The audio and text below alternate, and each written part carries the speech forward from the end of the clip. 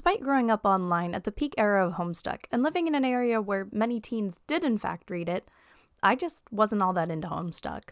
But now that I've aged and my internet has gotten better, I decided to give it another shot since, well, it's a franchise that haunts me, like John's Harlequin Grandma Sprite.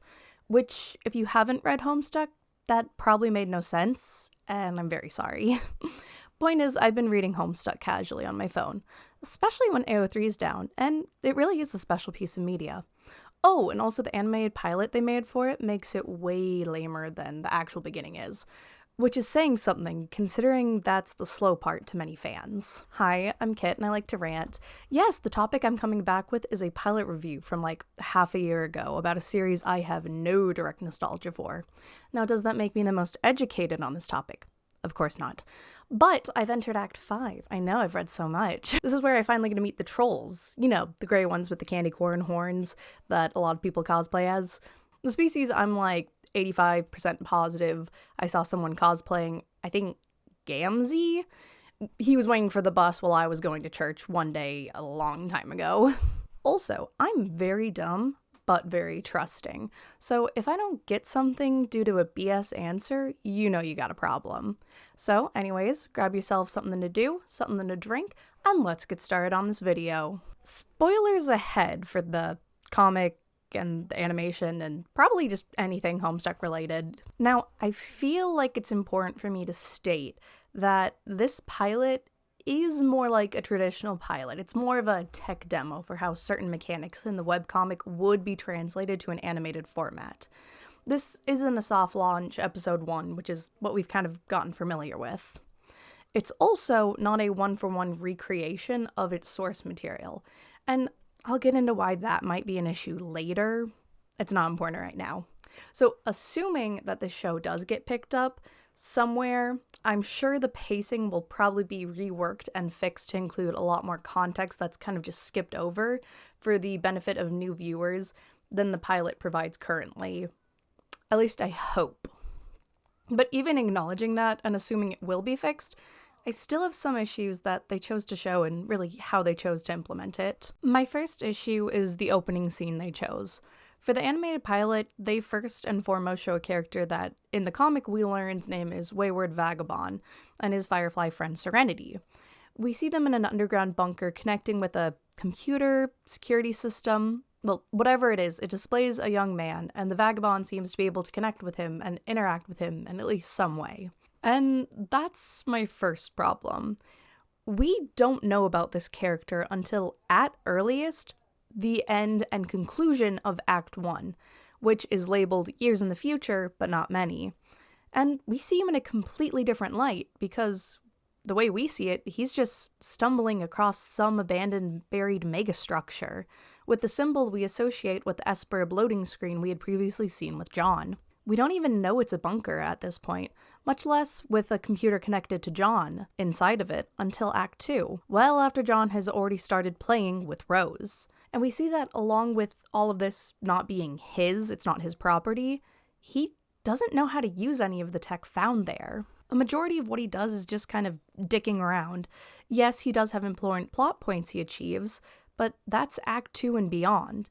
It also paints him as kind of a weirdo. He's not this whole mysterious game master persona they manifested in the pilot, intentionally or not.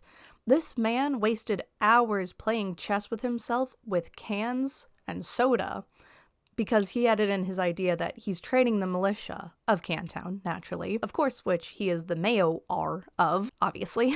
So, in short, including him as the opening scene was a choice.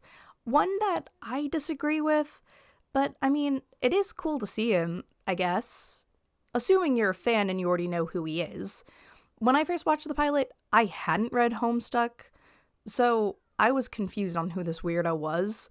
Because in my knowledge, I had friends who watched Homestuck, I had friends who read Homestuck. Only Andrew Hussey was the one who touched computers. And even then, he's not this mysterious shadowy figure.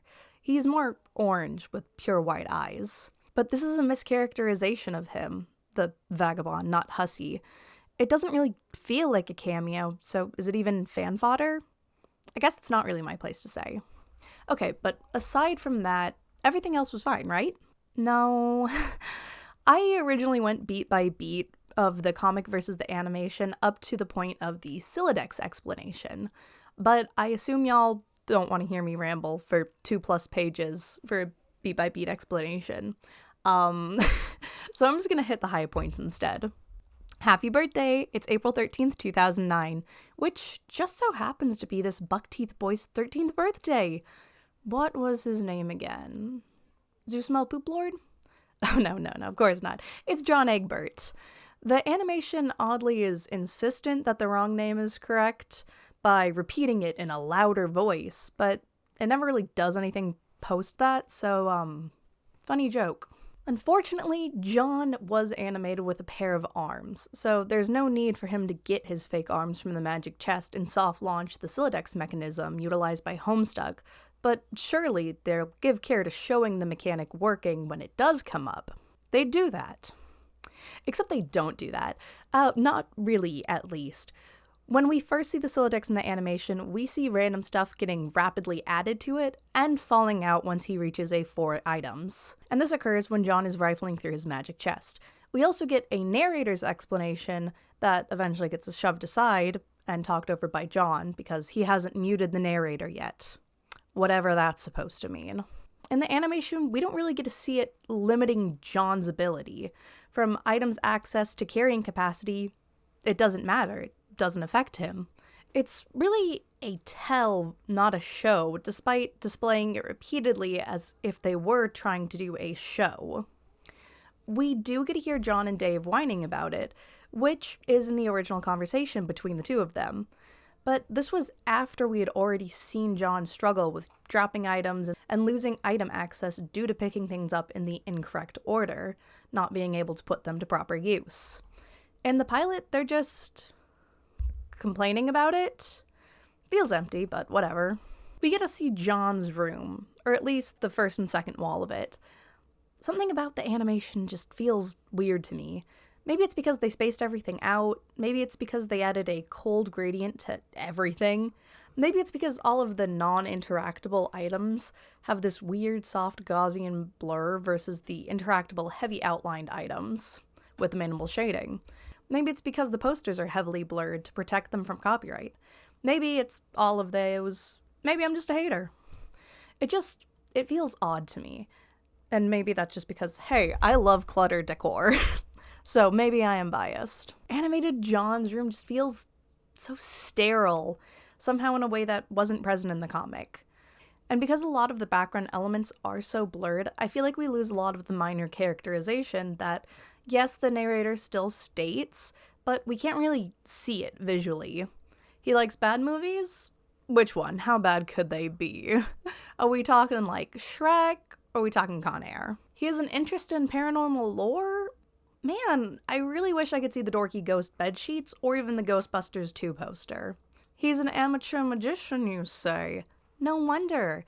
It looks like he's never opened his magic chest with how void the area is around it. Pilot John's room I don't know, it just feels weird to me. It feels like an environment he was placed in and not actually his room. However, I will say, pointing to the animation, I loved the implementation of the cakes being hidden versus just there. I feel like that would definitely boost John's dad's prankster's gambit, so good call on that one. The poster, happy birthday, John. John's father, who is very proud of him, got him a new poster for his room. Well, the poster shows that John's dad is loving and supportive of his son's bad taste in film, along with a little monster joke that's set up for later in the comics. I'd say the bulk of its existence is to showcase how items can be combined and used in conjunction with one another between Sylladex cards. At least in the comic, that is. Because, John needs to hang it up ASAP after all. In the pilot, it is present, but it's used mainly to show John setting up his Strife specibus to Hammerkind. Which, kind of? There's no harm moving that ahead since that follows up shortly to the poster hanging, but the reason John brings up his modus to Dave in the first place in the comic is because he's struggling optimizing it, getting things in the proper order, not getting things trapped under because he randomly decides to pick up whatever item. That's why Dave advises John to set up a Strife specibus, so he can move weapons into his Strife deck versus a regular deck, thus clearing up space. It is a permanent allocation, but neither John or Dave seem too concerned about it, because things will never get too hot to handle. Plus, it did free up space, so no harm done. In the animation, though, Dave just tells John to arm himself for some reason. Like, John mentioned playing around with the stack modus and how he doesn't really get what hash map is. Hash map is what Dave has. But Dave says, at least arm yourself, dude. Which has nothing to do with John at all. It's just a call to action. He then jokes about John setting himself with a menace weapon for life. More to himself than telling John that BT dubs, that's forever. And then John gets like really defensive about it, trying to play it off is actually it's so cool. Both of them just, I don't know, they care too much about a silly weapon allocation at this point in the story. And to spare y'all some brain cells and my voice, because I will, and have, gone on about it for way too long, I'm gonna conclude my direct comparisons in this timeline right here, since the animation starts jumping around with the timeline more after this point. You thought that was where my complaints were gonna end? No, friends, no. I have much more to say. For example, what's up with Dave? Like, don't get me wrong, his VA is so expressive and clearly really talented. His design, especially his little chibi design, is very cute, and he's animated very bouncy and smooth. All around, great job. Problem is, that's not Dave. I guess there's nothing explicitly stating he's not a ball of energy in the comic, but the comic, which is usually pretty good at showing things, don't show Dave in that light at all. Dave gives off a very stoic persona. You can argue it's all a facade and attempt to be cool, but anytime we see him lose his cool, it isn't due to overwhelming excitement or elation that we'd see with, say, John or Jade. It's usually to rage or annoyance. And even those are pretty rare, usually when he's dealing with a heaping helping of BS. He's the cool guy, heavy on the irony, always wears shades like his cool big bro, which further hides his facial expression. He types in lowercase with minimal punctuation, drops the G, and uses other at the time appropriate spellings. He goes on long, ironic ramblings, often more to himself, not letting the other chatter get a word in edgewise, or at least not paying them any mind until he's well and done with his sick rap. It's not that he can't be silly or jokey, he doesn't come off as bubbly, preppy extrovert like he does in the pilot. No, it's just hashtag not my Dave. Similarly, in the pilot, they say, hey, it's 2009, but where's the 2009 elements, pray tell? Yeah, phone calls existed, but it wasn't super popular with teams at the times like it had been in the 90s. Texting and chat rooms were really big, which is why that was used in the original comics. Chats were also often between two people versus having group chats that we're more used to today, and that does create a game of telephone-type communication. We have to hop into different chats to double-check things with third parties. But in the animation, phone calls were mainly used as it simplifies the barrier chat rooms can create for fast-paced animation, and I can accept that. But what I can't accept is the language. And no, I don't mean the swearing, at least not the way you'd think, and not yet. My issue is that they're using the wrong slang. I get it. In the past 20 or so years, slang and memes and trends have just turned over so fast. And I have a margin of error of a couple years for the slang that characters would use since Homestuck wasn't made in a year. But let's be honest. Using modern slang in a 2009 setting? Unheard of and unwelcomed. I'd say the hard limit would be, 2016 at latest.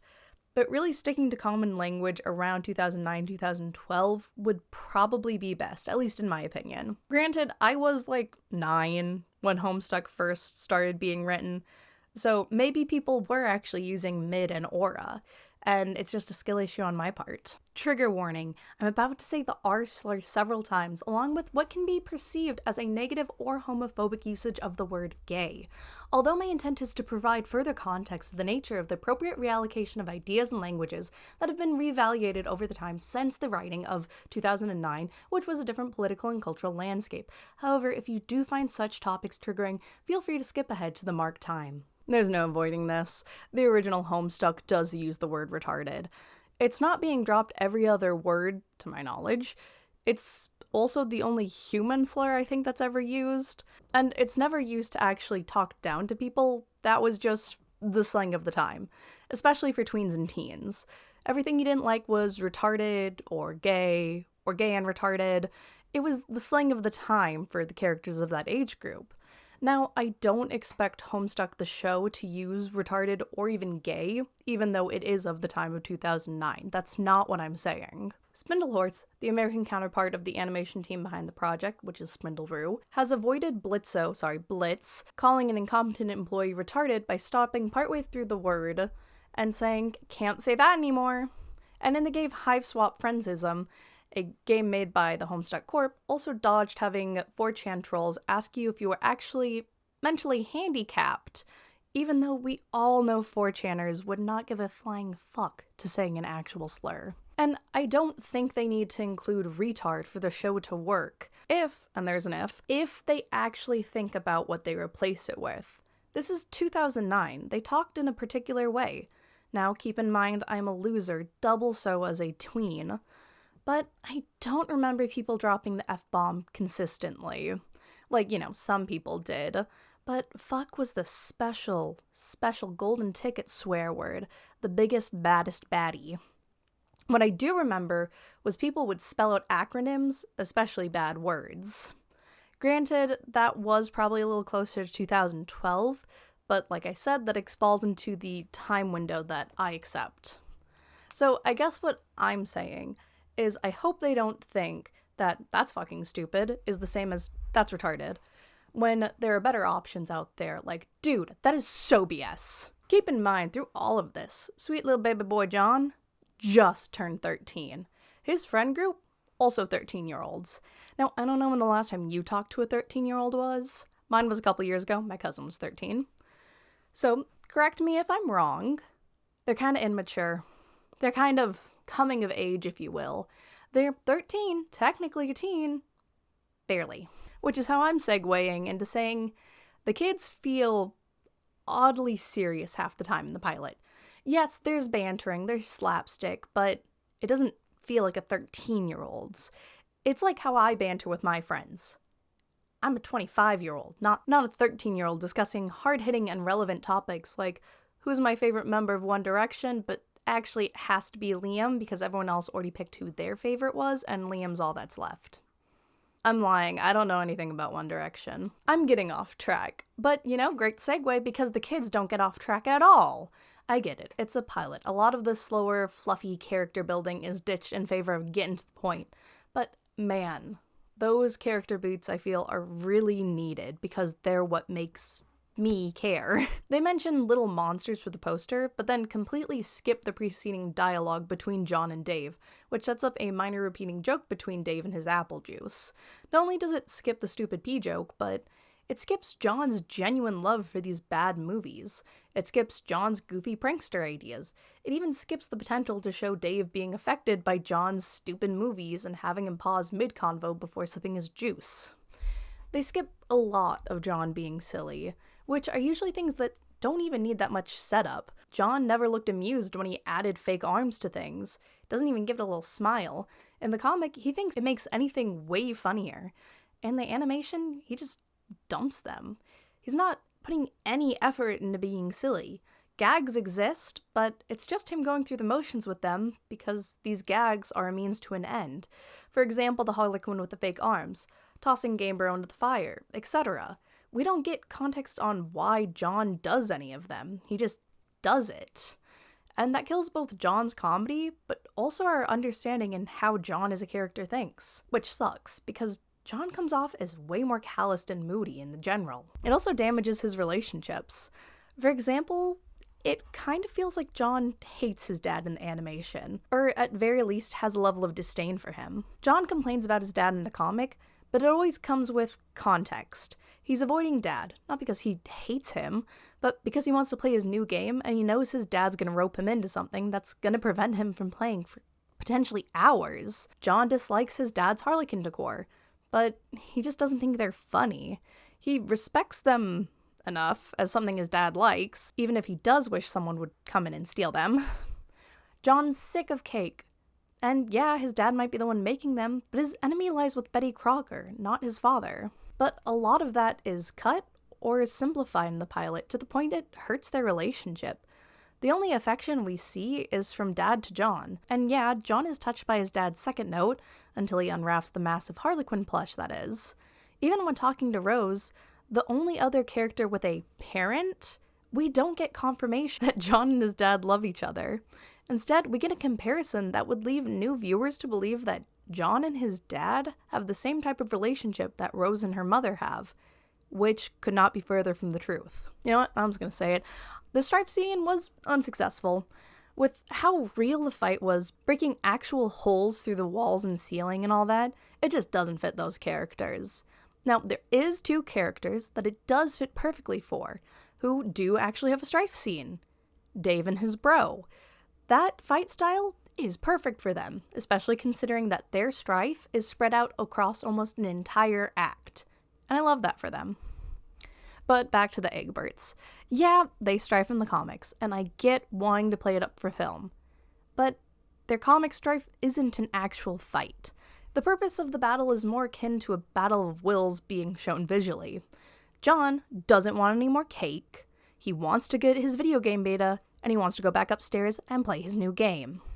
John's dad wants John to have the cake he just finished, and pull a birthday prank on his son. That's it. That's the fight. John has the option to aggrieve, to give pain or trouble to, which is when he attacks with his hammer, but they get auto-pastried. It's ineffective and gets him nowhere. So he abjures to abstain from. He doesn't want the cake. But Dad insists with his own coddle brand. Just take the cake, son. He tries to abscond, to depart secretly and hide oneself, but Dad's in the way of the game, and it looks like he's pulling out a pry for a prankster's gambit. So John equips his clever disguise to brace for the pie to the face, which means he's once again on the losing side of the prankster's gambit. But with that, the opportunity to distract his dad opens. By capsulogging his disguise in the pie tin, the smoke pellets have fallen out and didn't activate. With no other option, John accedes to become party to something, and he takes the cake his dad insists upon him, which then, because he's adding it to his Silodex, forces Colonel Sacracy's daunting text out of his Silodex, on top of the smoke pellet, and floods the closed kitchen with smoke. Guardian distracted, game acquired, success. Meanwhile, in the animation, it's just a literal fight.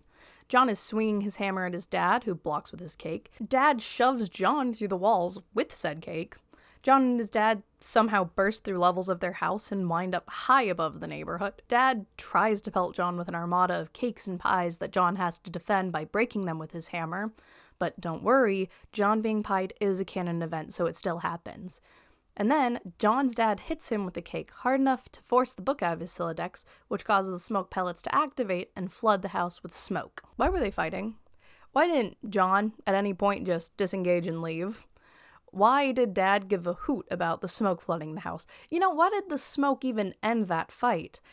Even though I really do enjoy seeing John's dad shielding John from impact from the fall, because shocker, he loves his child, that can't save the fight scene for me, just because, I don't know, it felt pointless. Kit, I hear the masses crying out, "You're holding too tight to the source material! This is an adaptation, not a recreation! Things need to be compressed and edited down! You gotta give up the goose somewhere!" And you are right. You are so right, bestie. I'm here in my parasocial glory to affirm that you are right. Is what I'd say if I was a coward and not confident in my own hubris. They had the entirety of pre-Spurb to work with. And a lot happens in the first half of Act 1, and I feel like they picked and emphasized all of the wrong moments. By all means, make an adaptation. Make it welcoming to new viewers any way possible. Or buckle down with the base audience of Homestuck and don't mess with it. Pick one or the other, because right now, I feel like you don't know who you're marketing for. You're butchering key aspects of Homestuck for the fans, but then you want to show off all the pretty spoilers of the trolls and of Jack Noir and of Dave's sprite, things that don't happen for a really long time, which then ruins it for new fans. So just pick a side. Now, I'd assume you want to invest new viewers. Homestuck's thousands of pages, which makes it pretty daunting to just start reading it. Kind of like One Piece. And just like the One Piece live action, a lot of people liked that enough that they decided to check out the source material despite the thousands of episodes that has. So if you do want to attract a new audience, might I suggest a couple changes for a proper adaptation? 2009. Am I right? I mean, man, that was forever ago. How did people even exist back then? I mean, I was 9, so I think I'm probably on the older side of a modern target audience. So maybe I just, I don't know, dropped the whole 2009 thing. Really, the only important date is the month and day of April 13th.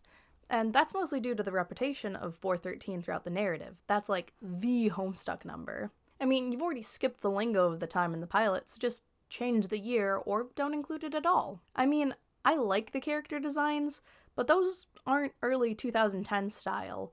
They're way too round and bean mouth. You can't say 2009 and then give 0 2009. Even Class of '09 was able to give convincing 2009 from both design and dialogue. And that's a satire game, baby cakes. And that's fine. Just don't look me in the eyes and say Dave was aura farming for real, no cap, hashtag 2009. Because that's I feel like this might be an unpopular opinion. I mean, this whole video has been one, hasn't it?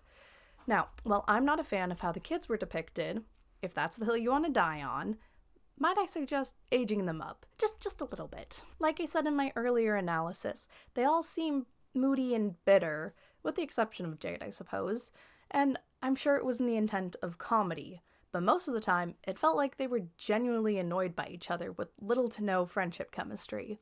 So if you really want to keep that, considering age them up like 2-3 years, their behavior is much more becoming of a 15 to 16-year-old versus a 13-year-old. And yeah, I know they canonically age up 15 and 16 in the comic later, and yeah, they would be different, but consider that's due to them being shaped by their experiences that they haven't experienced yet. Anyways, I believe Toby Radiation John is a 15-year-old versus a new 13-year-old based on his dude. Now, I know some people dislike the character and set design of the animation, and while I get that, I actually like the designs for the most part. Once again, they are a more modern style, which isn't bad. Only thing is it's not the sharp, edgy shapes that were common in the 2000s. Think Invader Zim. And I actually really enjoyed that the kids are kept largely monochromatic and simplified. Yeah, they don't have a lot of variety, so you could argue that's boring, but that's not because this is canonically what they look like. They're not all bleach skin white with 1% body fat and no muscle mass. But what it does do is it allows a wide range of personal interpretation for the characters. If fanfic has taught me anything, it's that these characters have key features that are present in the comics, but basically everything else is up to personal preference.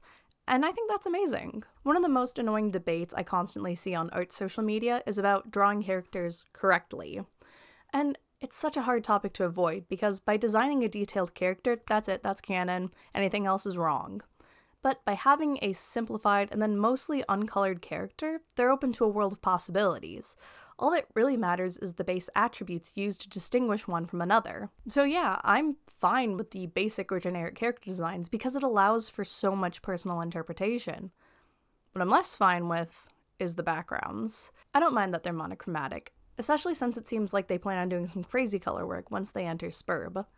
But I do hate the gradients, especially in John's house. They make everything just look so empty and sterile. And the difference between the line work on interactable items and everything else, it's only matched with by early 90s Hanna-Barbera cartoons. Flat, crisp style of the characters also just clashes with those overexposed, blurry backgrounds. Touched on this earlier, but everything is so blurred in the background, it makes it hard to track anything of personality.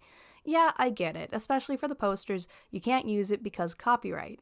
Just make parody posters in like the OG Homestuck style, so we still get the context of what it is. You did it with Little Monsters, so why don't you do it everywhere else? Now, this isn't a critique of the pilot proper, but it is a concern I have about translating Homestuck to a different media form. Homestuck's timeline is a bit of a mess. And how couldn't it be? You have 4 main characters. Each have to face different random challenges before they're able to play Spurb together. And that's just the start of the story. John needs to retrieve a copy from his dad and get back to his room. Rose needs to find stable internet connection in the middle of a storm. Dave needs to find and fight his bro to get a copy of the game. And Jade needs to remember to wake up and find a copy herself. And this game always needs a host and client per game. So each character needs to play with another before they're able to fully connect. And this is all next to them having a time limit before the world ends via meteor showers. John being the first player means he's advanced much further than the others. Meanwhile, later players have more access to new items or higher base grist. By the time we get to the end of Act 4, Jade still hasn't become a player. Meanwhile, John has already advanced to the 3rd level of his world, which actually takes him to Rose's world. And that's probably the easiest part of the timeline. It's not accounting for the trolls either, who can interact whenever they want with the humans through their timelines, which means you have characters like Karkat, whose first conversation is John's last, and his last conversation is John's first, because why not? It's also not accounting for future Dave and Rose either, who essentially have to do some time travel from a doomed timeline to the current timeline, which then corrects the current timeline so it doesn't become a doomed timeline and it instead becomes the canon timeline. It also definitely isn't accounting for Jade's premonitions and how she can tell the future, and this does a lot of really weird nonsense with, say, the Wandering Vagabond and the Parcel Mistress. Anyways, are you confused yet? Great. In the comic, the way they achieve this is by switching through characters non-linearly. Whenever there's a pause in one story, we go to another whenever it was last relevant. We see conversations twice, once from each character's point of view, but the time between the conversations can vary wildly. A lot of dialogue feels out of context when we originally see it, but that's what makes seeing the conversations again gratifying versus annoying. We finally get to know what the explosion Jade heard was in her conversation with John 2 acts later. We get why Dave is so annoyed by his puppets he seemingly had no issue with before. And I guess I'm just worried that they're going to show bits immediately because haha funny, or instant gratification or whatever, and so they can avoid the constant recapping. And I get that, but it also it takes you out of it. And I guess what they could do is just focus on John. He's the first character we meet, he drives the plot the fastest, especially early on. Save each character, their respective hype moments, but always come back to John as a base. Maybe when we get to the trolls focusing on, Karkat, but largely simplifying the focus to just one character for simplicity's sake. And that would be really sad, because Andrew Hussey, can I call you Andrew? Andrew has done an amazing job at making me care about these characters. The comic could have just focused on John, just made him the character, the hero. Everything else is just his support, but that's not what Andrew did. John was set up as the hook. The plot was focused on him to get you into the new exciting world of Spurb, to learn base mechanics and how the world of Homestuck works. But John, past Act 1, was largely moved to a support role that then let us focus on Rose and Dave, exploring what they've been doing up to this point. And in Act 3, they move back to allow Jade her moment, along with the Wayward Vagabond and the characters around him. No character is ever truly forgotten, we keep flashing back to them, and we get to see each other through the other's lenses. They allow each other to shine and build off of one another. So the idea of tossing most of them into the toy box only to focus on one? Well, that's just such a sad concept. Now, I have no idea how they plan to animate a constantly narrative-shifting story with the weirdest timeline imaginable, but I wish them good luck, and I hope they have a clear path. I think if it's done successfully, an animated Homestuck Pilot can be a great way to introduce this nostalgic and well-loved comic to more normies. An animation for Homestuck can do what the Netflix live action of One Piece did for, One Piece. It introduces people to an older, longer-running franchise that's way too intimidating to start on your own. Now, the website is up and running, meaning that people have the ability to read and experience Homestuck as it was, which was largely lost for a couple years aside from a few unofficial fan projects. And the more support Homestuck can get, the higher chance they have at continuing and finishing other projects, such as chapters 3 and 4 of Hiveswap. Although, do be warned that backers have yet to receive several of the promised backing perks, so maybe giving them financial support might be a bit of a gamble on your end. So yeah, as both a Homestuck reader and as a normal viewer, I didn't like the pilot. I don't really understand who it's made for, and that kind of means it's made for no one. If they go ahead with this project, they're definitely going to need to make choices on either aligning with old fans or new viewers. I just hope they don't make the choice they'll nerf it for everyone and compromise the parts of the story that made it special. JK, I'm not actually done. On further reflection, I actually have way more issues I didn't realize until I got here. I was watching through the pilot one more time just to make sure I didn't miss anything or mislabel any events or whatever, and I realized they didn't even do the Silodex right. And all those spoilers at the end, most of that shit doesn't happen until Act 2 or later. Mostly later. Most of them don't even come up till 4 or 5. That's literally forever. I mean, it's not forever. Homestuck is 7 acts long, but it's actually way more than that, so I guess anything post 5. But still, it's forever. First off, they don't even use the Sylladex correctly. And I don't mean the basic stuff like, oh, they give it a boring save versus a fun show, or like, oh, the phone isn't a Sylladex item. Those are complaints I have, but that's not what I'm saying here. I mean, John's Sylladex and his inventory is just straight up wrong. Yes, I watched it in detail to tell that it's just straight up incorrect. When John first uses capture log for items by digging through his magic chest, the capture log order is cake, wise guy book, magician hat, beaglepuss glasses, smoke pellets, Sacracy's daunting text, hammer, fake arms, and then it should be nails. In the animated pilot, compatible items I guess auto-merge, like the magician's hat and beaglepuss glasses, which becomes a clever disguise. Whatever. That being said, the nail would be unable to merge with the hammer because the fake arms were capture logged in between them. He only has 4 cards available. His fetch modus, first in, last out, meaning the items he should have in grab order are nails, fake arm, hammer, and Sacracy's text.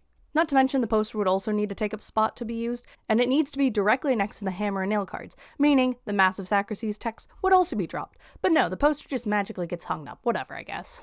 He drops the fake arms versus using them on the cake, which goes against the comic of John not knowing how to drop an item unless it's from an overstuffed Sylladex or by being used. So the animation post-specific allocation, he has 2 free cards, and the back 2 cards are the Sacracy's text and smoke pellets underneath. And then he should have the telescope picked up since it's a used item, but it's dragged off by the cursor, so I guess it's removed by the omnipotent beings above. He then adds the Game Bro magazine to his capture log. So Game Bro, Sacred Text, Sacracy's text, I don't know, smoke pellets. He has 1 free card. Then off screen, he equips the disguise, which he prior dropped, which does take up one of his 4 cards, but it doesn't push anything out. He then upgrades his disguise with one of his dad's pipe, which auto adds to his disguise. Whatever, that's fine.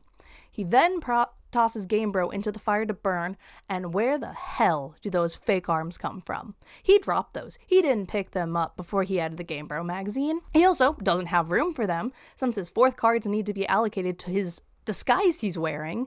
He has no empty cards. He can't be holding that.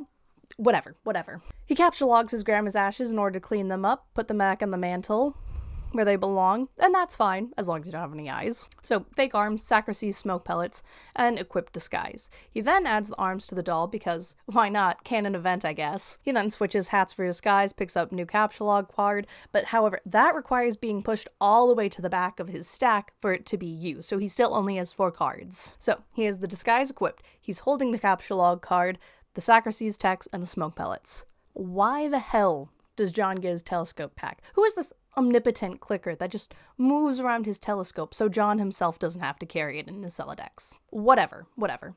Also, this meteor's not supposed to be coming right now, but who cares about that? Next time we see him, he's wearing his disguise, he's holding his capture log card, Sacracy's text, and smoke pellets. And why is there a pie tin in there? Where did that come from? Animation error, whatever. Disguise is unequipped, moved back to the top of his deck. He then uses disguise to block an attack, which relogs it and relogs the pie tin, which then causes a Sylladex and causes him to drop the smoke pellets. He then takes the cake from his dad, which pushes out the Sacracy's text, which then causes the smoke to explode and ends the strife. Great. His Sylladex should now be held cake, pie tin, disguise, capture log card. So, that's great. That's what he has. He then picks up Dave's present and the beta, which leaves the beta on top. The capture log card should activate, giving him a 5th slot, and picking up those 2 items should result in him dropping the disguise. But he doesn't. He just ends up having 6 cards. The capture log card doesn't activate, it's still there. It's still in its slot. He just gets 6 cards because he's so special. If you're gonna include it, just do it right, please. This isn't even when it gets crazy, like whatever happens to John when he decides to just have several modus attachments in Act 3. Yes, this is a pilot. It's just to show how things would work. But you're not showing it work. Plus, by ignoring it, you've removed half of the problems that the modus creates for the characters. John from mindlessly grabbing things and blocking accessibility. Rose force dropping her entire inventory constantly. Dave accidentally launching items and having to rename them and recategorize them for his hash map. If you don't want to work around it, just don't include it. And then another thing, I was more mad about that than this, but I am mad about this too. The fuck is up with the spoilers at the end? I know, I dropped the F-bomb. Call me Vizzy Pop. I get it. Homestuck has been out for 10 years at this point. It's, It's okay to spoil it, it's so old. It's not widely read, though. It's so long, uses SAT vocab words as a treat. So yeah, I do think it's valid to say, hey, you can actually spoil quite a few things about Homestuck. Yeah, sure, most normies know about the trolls. You constantly saw them at conventions. Those are the ones that, I don't know, Sharpie Bath, stuff like that. You saw that and you're like, oh, that's what Homestuck is. You don't even realize there's humans until like later on, even though they're the first characters that appear, whatever. But the trolls don't appear until Act 4, and you just barely get to see them to know, oh, they're actual like trolls. They're not just internet trolls. They like have gray skin and candy corn horns. Yeah, they actually might be aliens. Crazy. Showing them is whatever. But showing John's armless father being able to interact with those trolls, showing off Dave's convoluted sprite that literally requires time travel through time paradoxes to exist, showing off Jack Noir somehow getting the Queen's ring before he ascends to the rank of ace, those don't happen soon.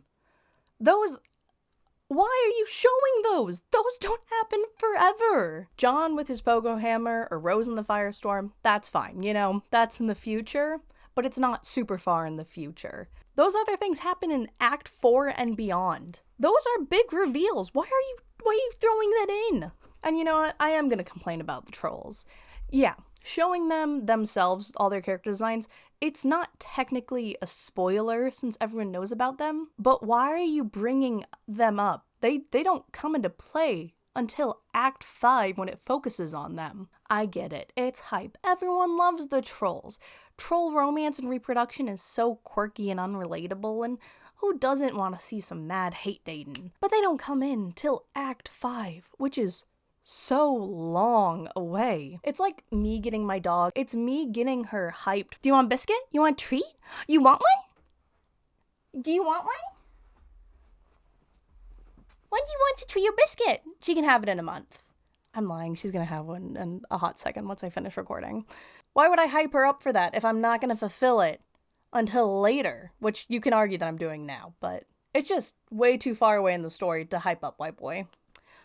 Also, the meteor doesn't come until John plays Spurb. Also, why doesn't he give a fluff about that? What is this story? What is this story? Guys, help. I'm stuck in the home. I'm stuck. I'm homestuck. I can't. But we're going to go through tonight a series of text messages. We have the charging document, the text messages as listed in the